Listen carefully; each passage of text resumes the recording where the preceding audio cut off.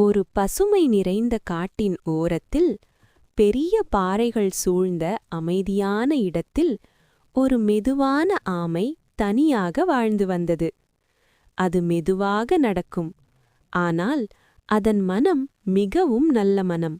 ஒரு நாள் வானிலிருந்து பறந்து வந்த ஒரு கருப்பு காகம் பாறையின் மேல் அமர்ந்து ஆமையை கவனித்தது. "நீ ஏன் இவ்வளவு தனியாக இருக்கிறாய்?" என்று காகம் மெதுவாக கேட்டது.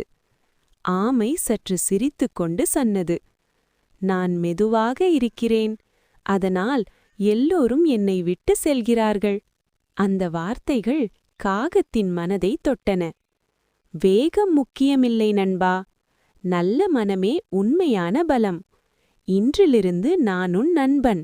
அந்த நாளிலிருந்து ஆமையும் காகமும் நல்ல நண்பர்களாக மாறினார்கள். காகம் வானிலிருந்து பழங்களையும் செய்திகளையும் கொண்டு வரும்.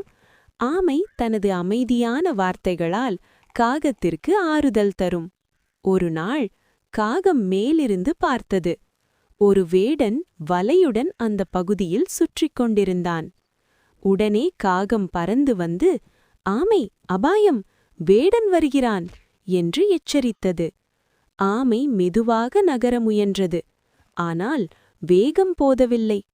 அந்த நேரத்தில் பாறை இடைவெளியிலிருந்து ஒரு சின்ன எலி வெளியே வந்தது.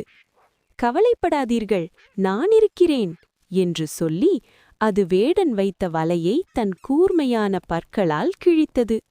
ஆமை காப்பாற்றப்பட்டது. வேடன் ஏமாற்றத்துடன் திரும்பி சென்றான்.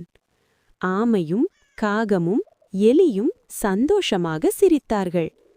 ஆமை மெதுவாக சொன்னது, "நான் மெதுவாக இருக்கலாம், ஆனால் நட்பு இருந்தால் எந்த ஆபத்தையும் வெல்லலாம்."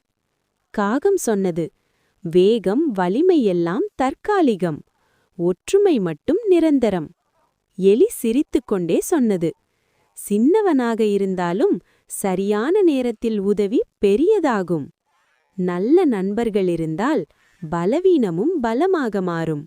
நட்பு, அதுவே உண்மையான செல்வம்."